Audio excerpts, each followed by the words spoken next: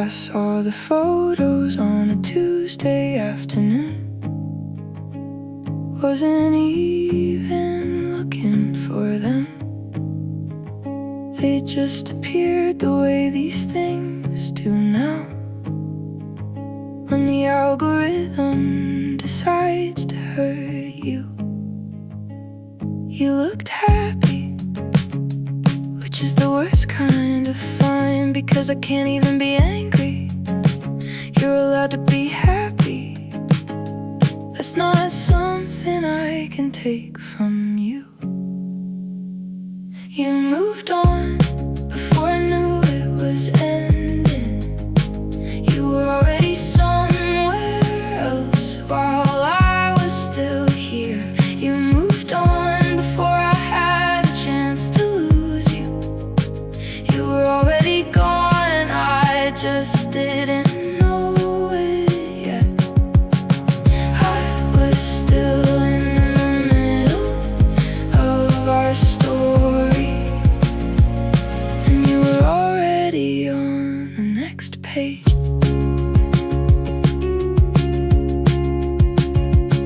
I'm not angry, I just feel slow, like I missed a step somewhere, like everyone got the memo except me, like I was the last one to know. You moved on before I knew it was ending. You were already somewhere else while I was still here. You moved on before I had a chance to lose you. You were already gone, I just didn't know it yet. I was still in the middle of our story, and you were already on the next page.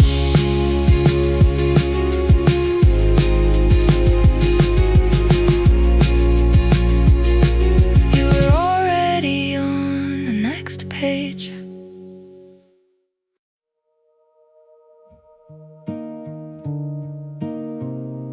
You were always half somewhere else.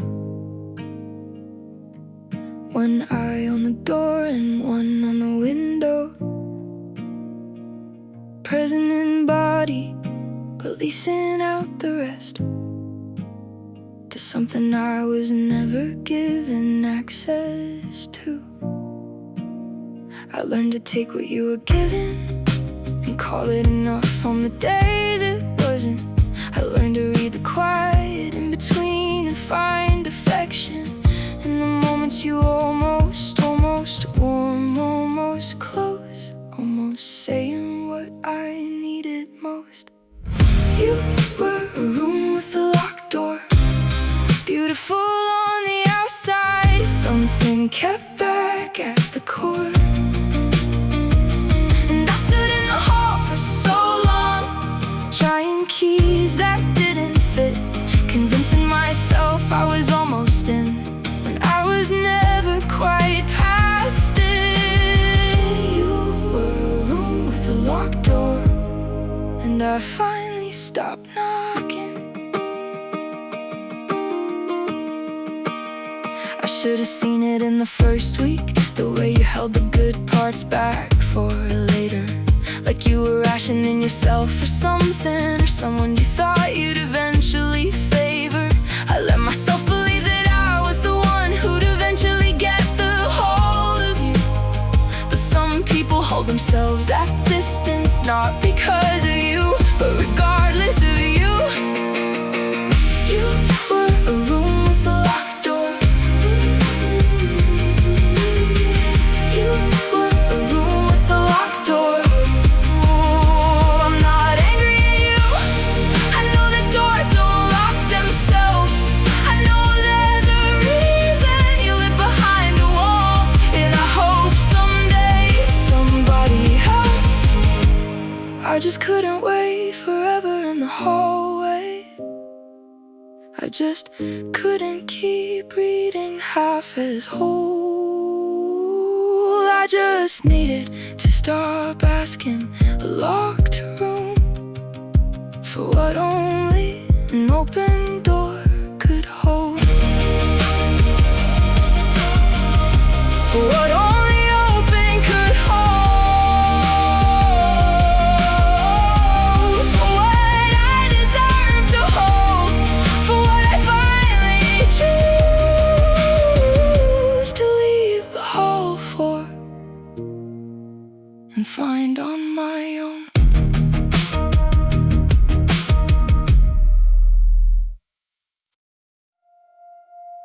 I've written it out in my head 100 times. The conversation where you finally say the thing, where you sit down across from me with something real and hand me back what you took when you were leaving. I've imagined you thoughtful, I've imagined you broken, I've imagined you seeing exactly what you did. And every version ends the same way in my head, with me finally feeling like the wound can close and live. But the conversation stays imagined and the wound stays open in the meantime. And I have to decide what to do with the hurt that doesn't have a ribbon or a clean line. The apology I never got is a room I keep walking back into. The apology I never got is the unfinished sentence in everything I do. I don't need it to survive, I know I'll be fine, but God, it would have helped if you just given me that line. The apology I never got is the weight I'm learning to carry differently now.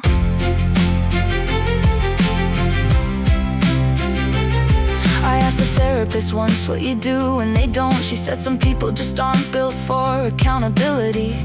Said the closure I was looking for was mine to make, not something I could wait for them to give to me. I understood the words, but it took me longer to understand the thing the words were pointing at. That I could put the case down even without verdict, that the jury doesn't have to come back. The apology I never got is a room I keep walking back into. Writing my own ending to this, I'm deciding what it means on my own. You don't get to be the one who defines how this finishes. I'm taking that part back, it's mine to own. I'll forgive myself for waiting, I'll forgive myself for wanting what was fair. And I'm closing the door on the conversation that was never gonna happen anywhere. Closing the door on my own terms.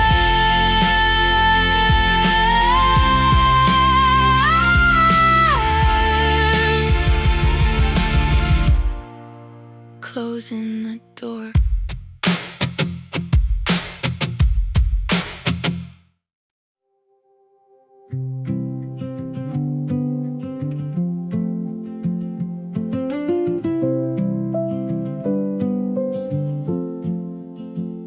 I'm very good at keeping a conversation going.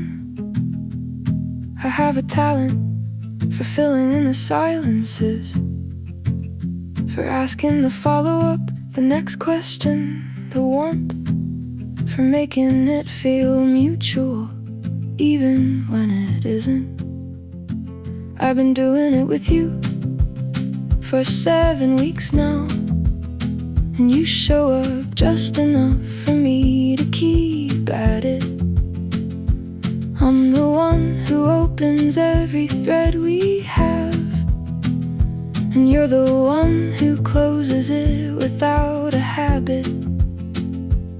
I started counting, I know that sounds obsessive, but the data was the only thing that felt like truth. 3 messages for everyone you sent me. I was the conversation, and you were the excuse. I talk, you tolerate. I reach, you receive. I show up, you're available enough to keep me. I talk, you tolerate, and I've been calling that enough. But enough is not the same as what I need. I want someone who initiates, who opens the thread because they thought of me, not someone who responds because I sent them something. I went silent for 3 days just to see what happened, and what happened was a lot of absolutely nothing. And the nothing was the most clarifying data that my brain had been refusing to be touching. I wasn't testing you, I was testing myself to see if I could sit with what was real. The nothing confirmed it gently and completely, and I let myself for the first time actually feel. I talk, you tolerate. I reach, you receive.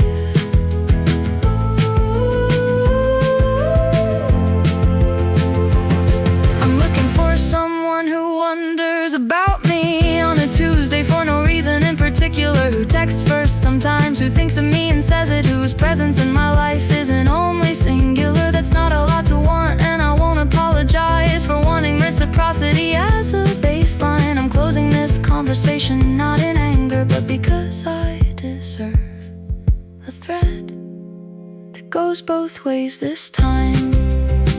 Both ways this time. Both ways, I deserve that.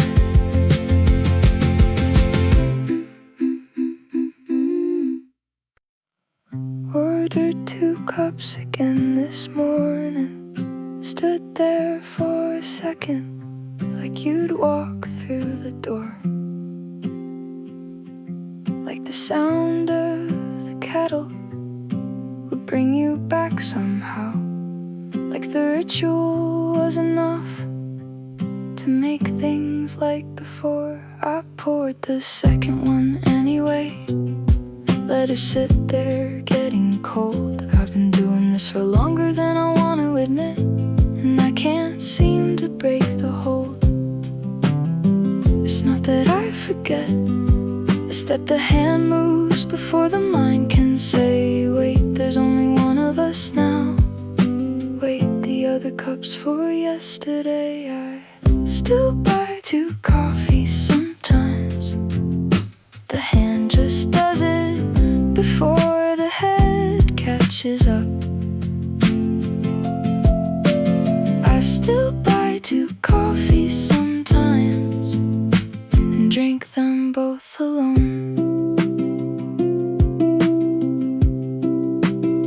I've started drinking the second one cold just to finish what I started. I've started buying 2 coffees sometimes just because the habit hasn't left, even though you have. I read somewhere that habits take months to break, longer when they're woven into someone else. That the ordinary routines of being with a person leave a kind of groove that lives beyond the self. I believe it now in a way I didn't used to, when habit was just something people said. I believe it in the morning with 2 cups on the counter and only one person to drink them instead. It's not that I forget, it's that the hand moves before the mind can say, wait, there's only one of us now. Wait, the other cup's for yesterday. I still buy 2 coffees sometimes.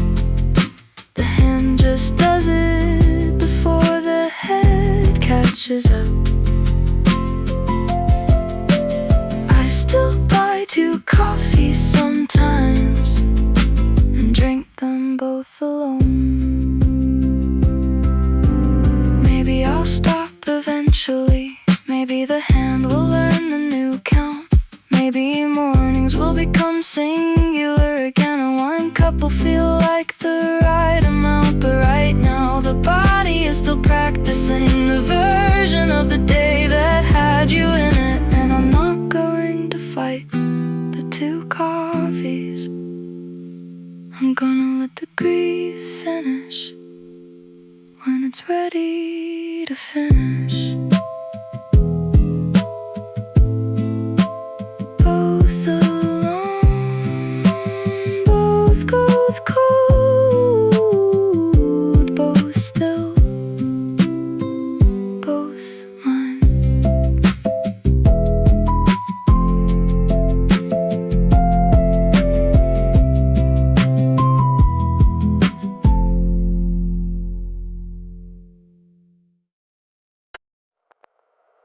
Opened your profile again before I could stop myself. Saw that you were active, put my phone face down, picked it back up in 3 minutes. Did the thing again, saw the same green dot, like a lighthouse in the dark, calling me toward the rocks again.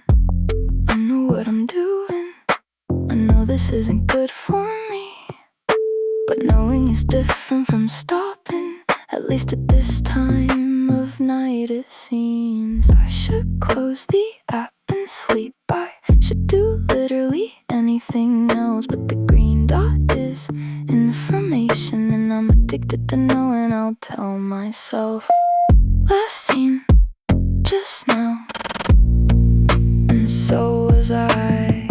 Last seen just now. We're both awake but not talking, online at the same hour in the same darkness, but not talking. We're both awake, and the silence between us is the loudest thing in the room tonight.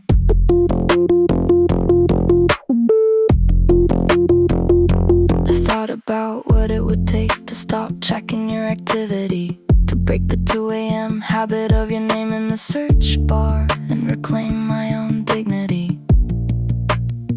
The rational version says delete the app, or at least unfollow, take some space, but the emotional version has its own arithmetic, and the green dot wins every race. I'm not proud of this, I want to be clear. I'm not romanticizing the surveillance, I'm just being honest about how grief works when the person's still technically present.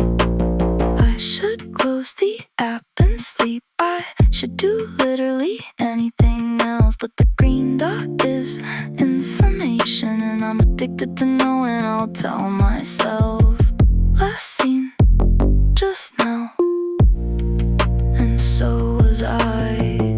Last seen just now. We're both awake but not talking. I turned off my active status last week, so at least the watching goes one way. At least you don't see the green dot of me patrolling the night of your page. Small controls are still controls, and I'll take the ones I've got. Lost seen just now. For you maybe, for me, lost seen. Trying to stop, awake, not talking, last seen. Both here, not talking, both awake.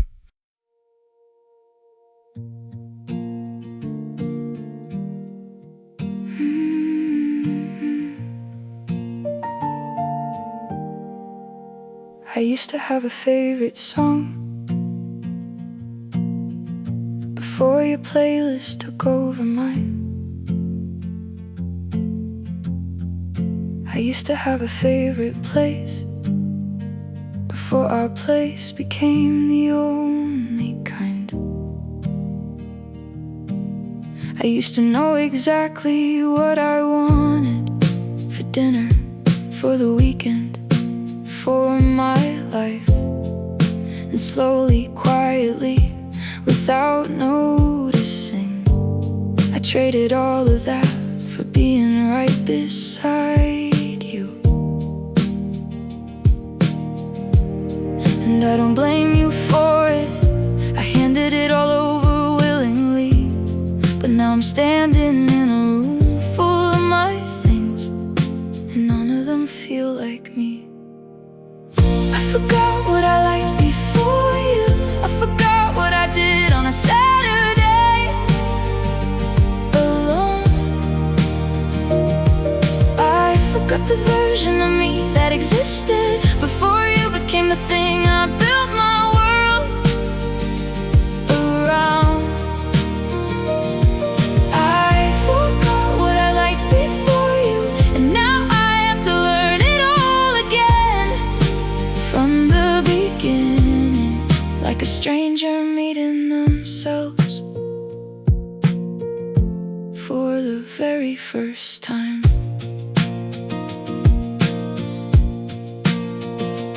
I've been asking people what their favorite things are, trying to find some echo of my own. I tried the music that I loved at 17. It sounded like someone I used to know. I tried the places that I went before we happened. I sat there waiting to feel something real, and I felt it barely, like a signal getting stronger, like a self that's trying to come back and heal. I forgot what I liked before you. I forgot what I did on a Saturday alone. I forgot the version of me that existed before you became the thing I built my world around. I forgot what I liked before you, and now I have to learn it all again from the beginning, like a stranger meeting themselves for the very first time. Maybe this is where it starts, not a comeback, just a question. What do I want when no one's watching? What do I reach for in the silence? I'm writing a list of small things, songs and foods and morning habits, building back a self in pieces, learning who I am without you in it. Learning who I am without you in it. Slowly again.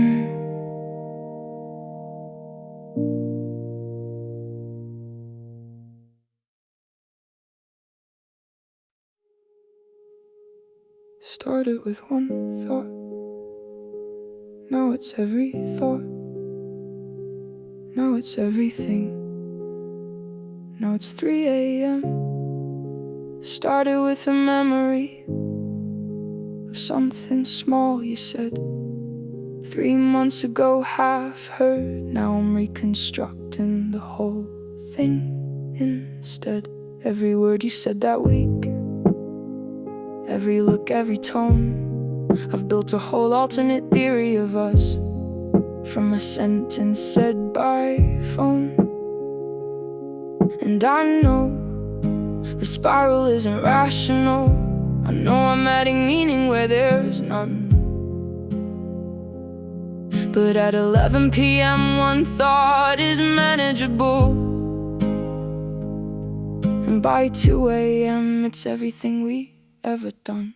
One thought, that's all it takes. One thought, and then the spiral, and then it's morning, and I don't know how I got here. One thought becomes the whole thing, becomes the case I'm building, becomes the verdict, becomes the 3 a.m. one thought, that's all it takes. I've tried interrupting the spiral before it lands. I've tried the naming of the thought and letting go technique. I've tried getting up and making tea and writing it down and going back to sleep. Sometimes it works, mostly at 11. Sometimes the intervention catches it in time, but by 2 a.m. the thought has already moved in and made itself completely at home in my mind. So I let it run its course mostly. I give it the floor until it's finished its speech. And somewhere around 4 a.m. it usually exhausts itself, and I fall asleep as it retreats. And I know the spiral isn't rational. I know I'm adding meaning where there's none. But at 11 p.m. one thought is manageable, and by 2 a.m. it's everything we ever done. One thought, that's all it takes. One thought, and then the spiral, and then it's morning, and I don't know how I got here. I'm starting to understand the spiral structure, the specific thoughts that unlock the next ones. If I can catch the second one, the third doesn't open. If I can stop the third, the whole thing runs. But the caption requires a presence of mind that 2 a.m. doesn't reliably supply. So for now I'm mostly surviving the spiral and mapping the route for the nights I can try. One thought, that's all it takes. Still just one thought, still enough. One thought, still 3 a.m.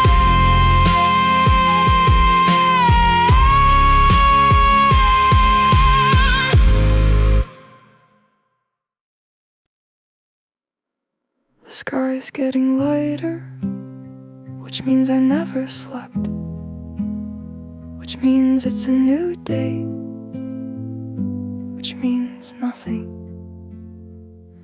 I've been here before, the specific crossing from the night into the day without the sleep between.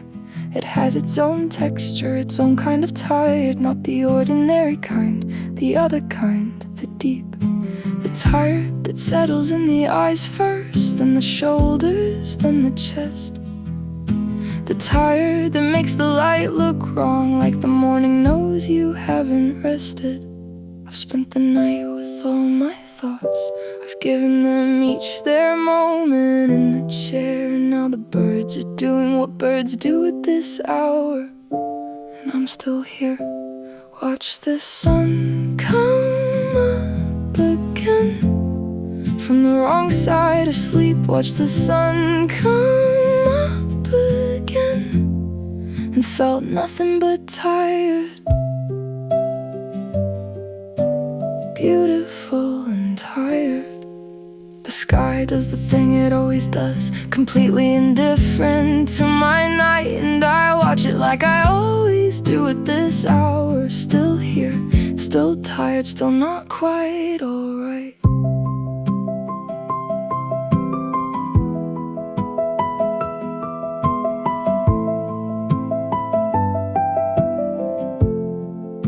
I've made a kind of peace with the early mornings, the ones that arrive without the sleeping. They have a strange quality of permission, like nothing is expected when you've been up all night keeping company with your own thoughts. There's no pretending to be fine at 5 a.m. on a sleepless night, just the sky doing its thing and me watching it get light. And then the day begins regardless, the coffee and the screen and the regular world. And I move through it slower than usual, in the specific way the sleepless move through days unfurled. I've spent the night with all my thoughts, I've given them each their moment in the chair. And now the birds are doing what birds do at this hour, and I'm still here. Watch the sun come up again from the wrong side of sleep. Watch the sun come up again, and felt nothing but tired.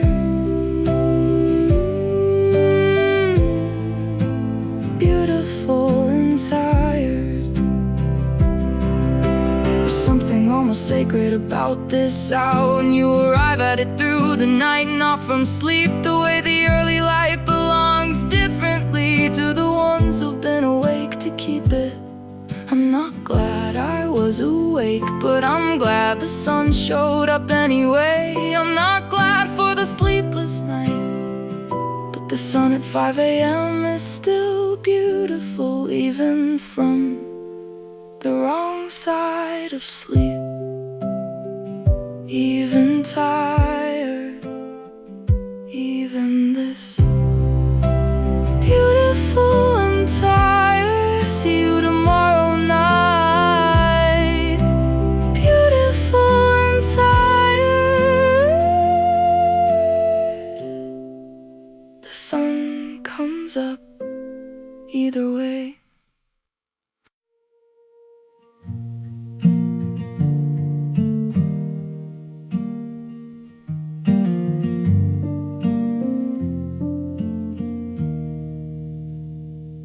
I've been trying to find the exact moment where things stop being what they were. Because it wasn't a fight, wasn't a revelation. It was more like a sentence losing its words. Year one was easy, year one was a decision. Year two was where the edges started to show. The small incompatibility stacking, the kind of thing you only know once you know.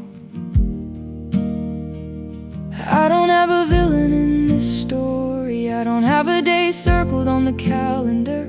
I just have a collection of ordinary moments that I look back on now and understand were it. I lost the plot somewhere in year two, not with a bang, more of a gradual drift. I lost the plot somewhere in year two and kept showing up, not knowing that I did. I was still using the same words for something that had quietly changed into something else. I lost the plot somewhere in year two and spent another year not telling myself. I've done the math on all the dinner conversations where we talked about anything but us. We got good at filling space with comfortable nothing. We confused peacefulness with a lack of fuss. I don't regret the time, I can't regret it, because I was doing my best with what I knew. But I wish I'd been honest with myself a little earlier. That lost feeling wasn't just a phase I was going through. I lost the plot somewhere in year two, not with a bang, more of a gradual drift. I think this is the part that's hardest to talk about, because it means no one was wrong, no one was cruel, just two people growing in different directions with a gap between them no one knew how to close. And I think I knew, I just wasn't saying. Sometimes love is not enough to hold the shape. Sometimes you love someone and still have to let them go. And that kind of ending doesn't feel like an escape. It just feels like loss, a slow, quiet loss of something real.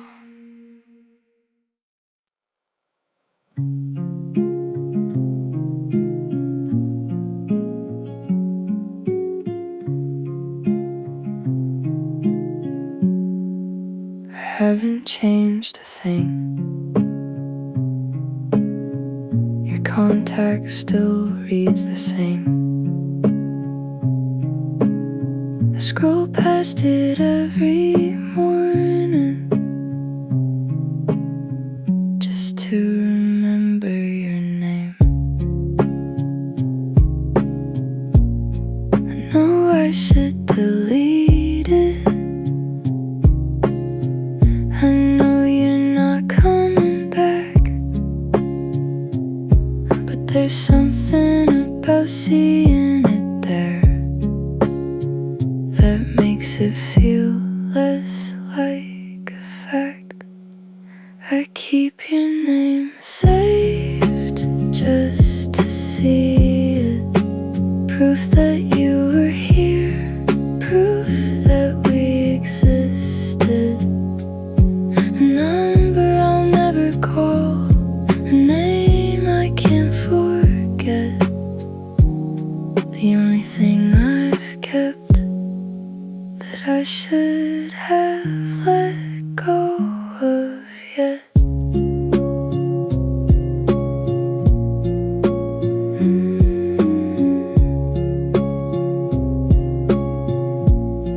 Sometimes I type a message out and sit there finger over send. I always close it without pressing. I always start it up again. I keep your name safe just to see it. Proof that you were here, proof that we existed. A number I'll never call, a name I can't forget. The only thing I've kept that I should have let go of yet. I should have let go, but I keep it anyway.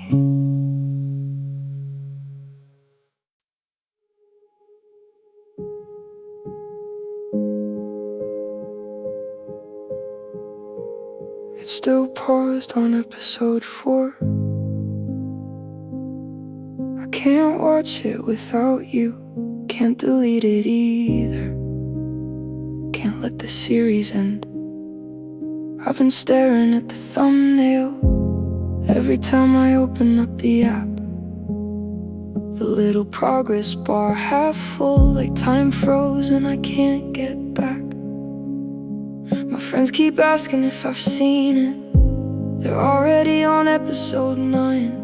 I say I got behind and change the subject. I don't say it's yours and it's not mine to finish. I know it's just a show.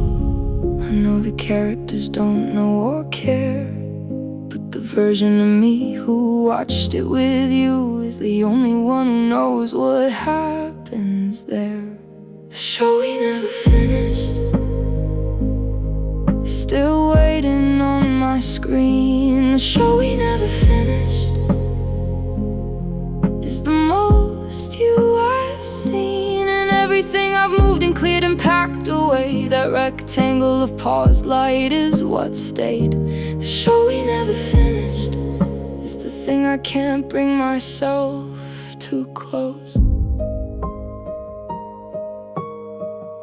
I've thought about watching it alone just to see how it ends.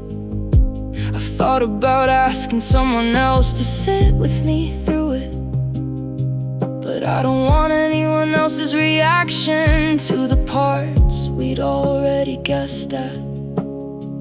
I don't want to share the plot points we talked about together. It would feel like going back to a place we'd only been as two, and showing up with someone different to all the things we were going to do. I know it's just a show, I know the characters don't know or care, but the version of me who watched it with you is the only one who knows what happens there. The show we never finished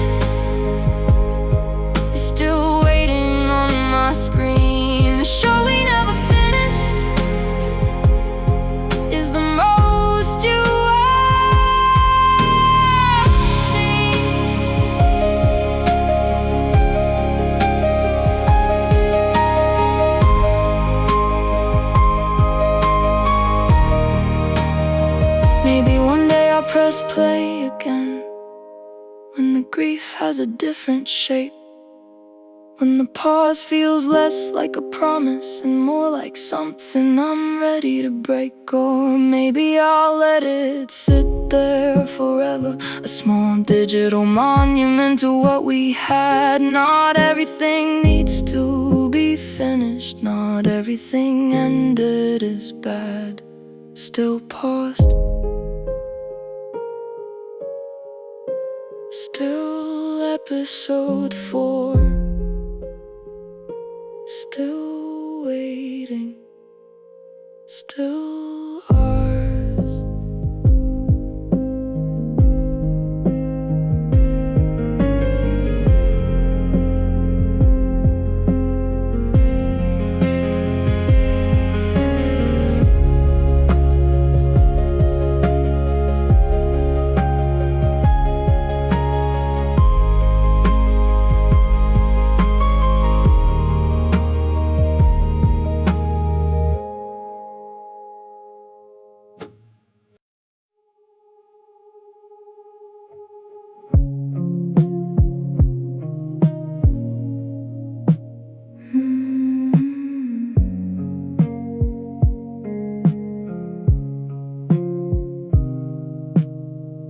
At 2 a.m. I'm someone different,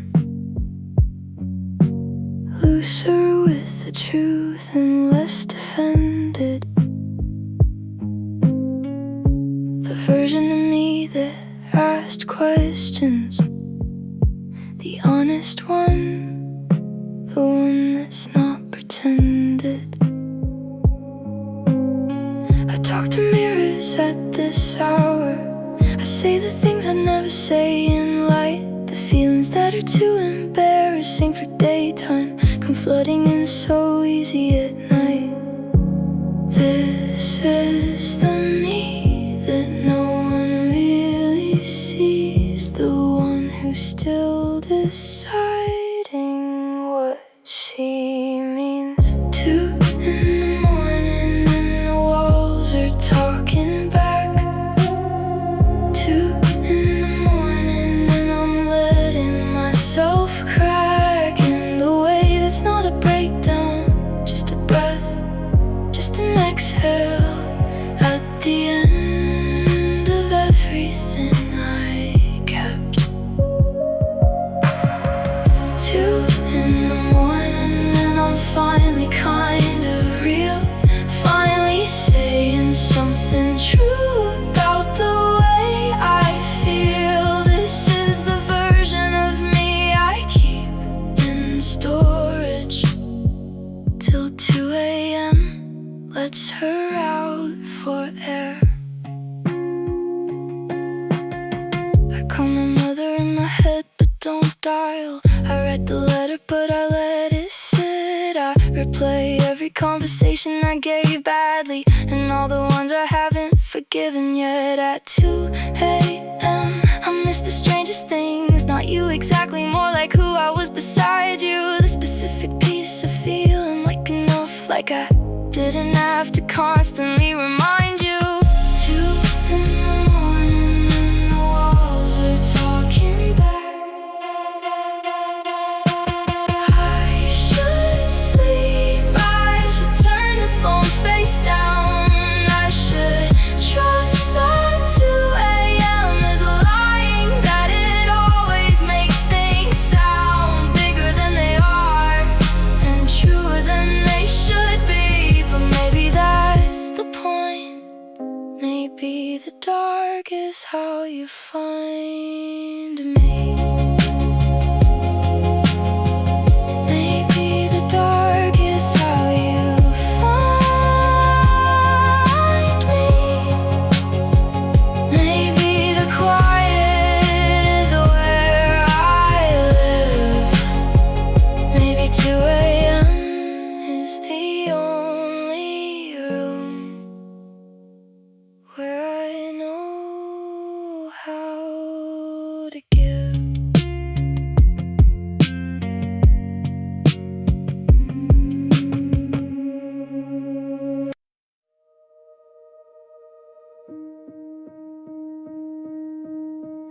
I saw your jacket on a stranger today. Same shade of brown, same kind of collar. I lost about 30 seconds of my life standing still in the middle of the sidewalk. The coffee shop we never had a name for still makes the same drink in the same cup. And I still look up when the door opens, like some part of me thinks you might walk up. You shouldn't be here, you moved out of my city, but my memory didn't get the memo. And grief isn't always pretty. You're everywhere I didn't expect, in the songs I skip and the ones I can't, in the aisle at the grocery store, in the smell of something I can't name. You're everywhere I didn't expect, like you left yourself behind on purpose, in every ordinary place, in all the spaces in between. You're everywhere I didn't expect to see. A song came on that we hadn't discussed, but felt like something we would've loved. I started to text you before I caught myself, finger on the name, muscle memory shoved. The worst part isn't the obvious things, it's not the photos or the dates, it's the Tuesday nothing, the random Thursday when you hit me like you're running late. You're everywhere I didn't expect.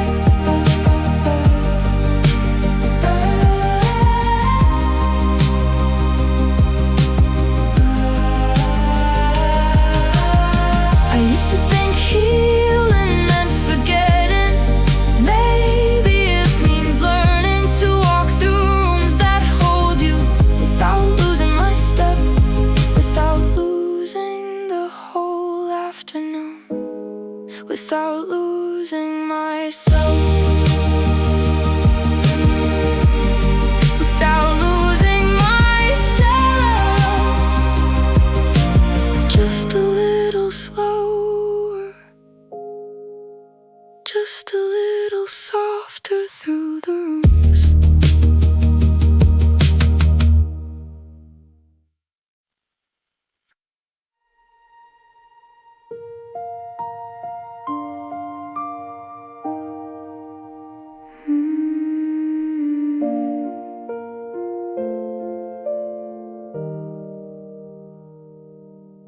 I survived the most beautiful wreck, all white smoke and slow motion light. I came out of it changed in the places you can't see unless you look right. And I'm proud of it in the way you're proud of a scar that's mostly faded, still there if you know where to look, still evidence of something that was traded for something I couldn't have predicted, for the version of me that grew in the wreckage, for something I didn't know I needed.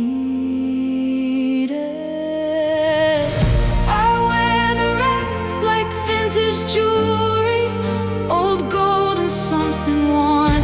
I wear the wreck like it made me, because it did, because it tore through everything I thought I was, and left behind the parts that held. Like a woman who made something beautiful out of everything that fell.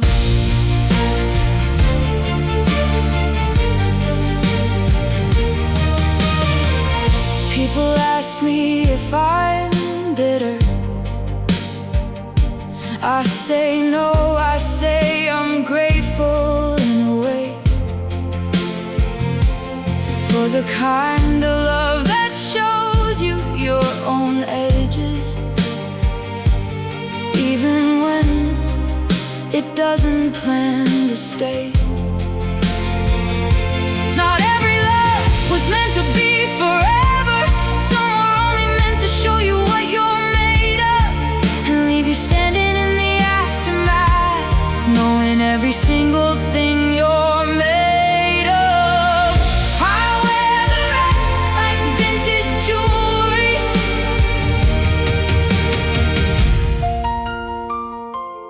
This isn't sad.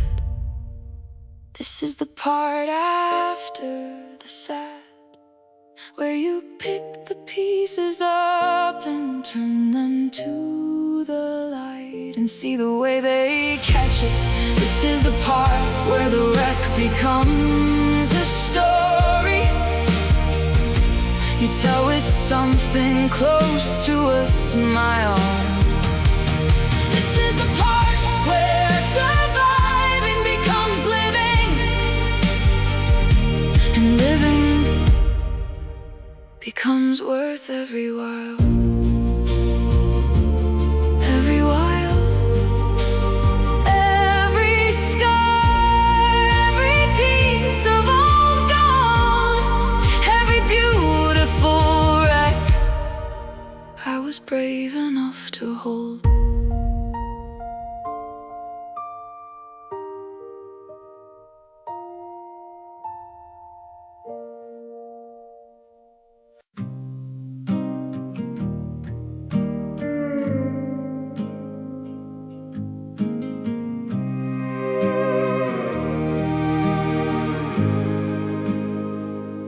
I drove out west with your name in my pocket, thinking the sun would make it easier to see. But California never called me back, and neither did you eventually. The golden hills felt like a promise, the kind that sounds beautiful and doesn't hold. I sat beside the freeway, eating nothing, watching everything glitter and go cold.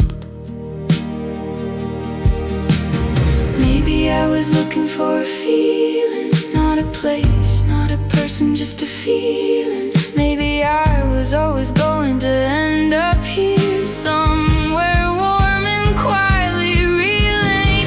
California never called me back, neither did the love I thought I packed. All the sunsets and the movie light couldn't make a lonely night feel right. I came here for the version of myself that lives in softer, warmer, better light. But California never called me back, and I'm still here,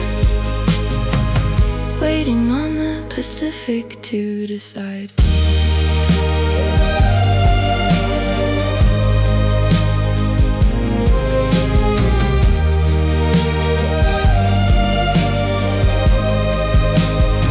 I got a room above a parking lot, with a window that looked out at the haze. I wrote your name in the condensation and watched it disappear for days. The people here are beautiful and restless, like they're all auditioning for something real. And I fit right in among them, looking for a thing I couldn't feel. California never called me back,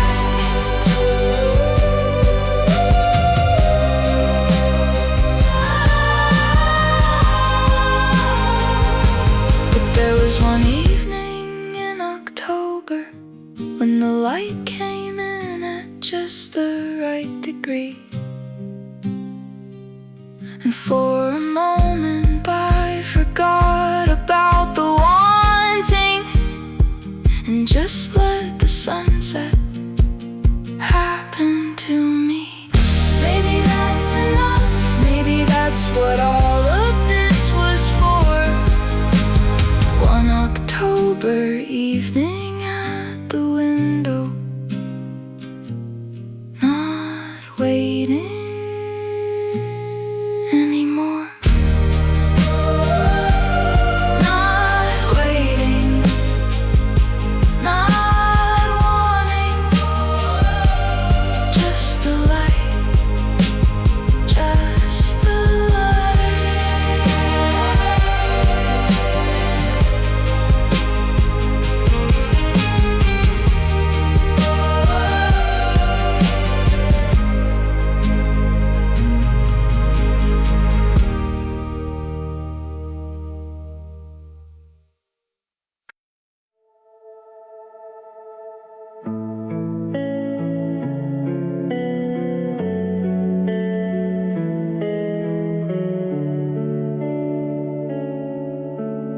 Everyone was laughing by the pool, and I was laughing too, but somewhere underneath there was this low and golden kind of sadness, like a song you can't quite place beneath the beat. The summer was so beautiful, it hurt, the kind of beautiful that knows it's going. And I held my drink and watched the light and felt the season already withdrawing. They said it was the best one yet, and maybe it was, but best can still feel hollow if you're missing something you can't name, because summertime sadness stayed even through the golden and the loud. Summertime sadness stayed underneath the music and the crowd. I smiled right through it, I danced right through it, I made it all look easy from the outside. But summertime sadness stayed quiet and faithful, like it was the only thing that never left my side.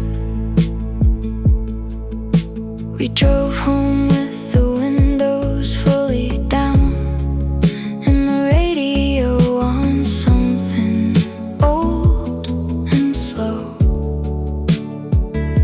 You had your hand outside catching the wind, and I was watching you and letting go of what I'm not entirely sure. Maybe the idea that happiness is clean, maybe the version of myself that thought summer was only what it seemed. Summertime sadness stayed.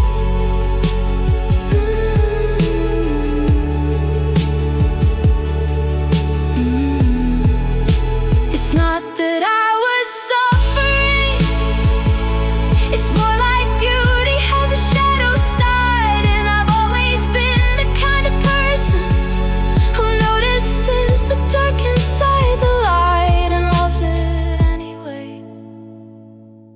Maybe more because of it. Summertime sadness is just loving life enough to grieve it.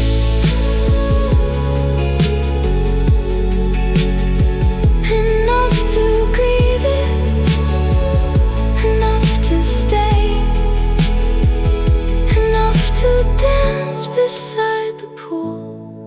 let the sadness have its say.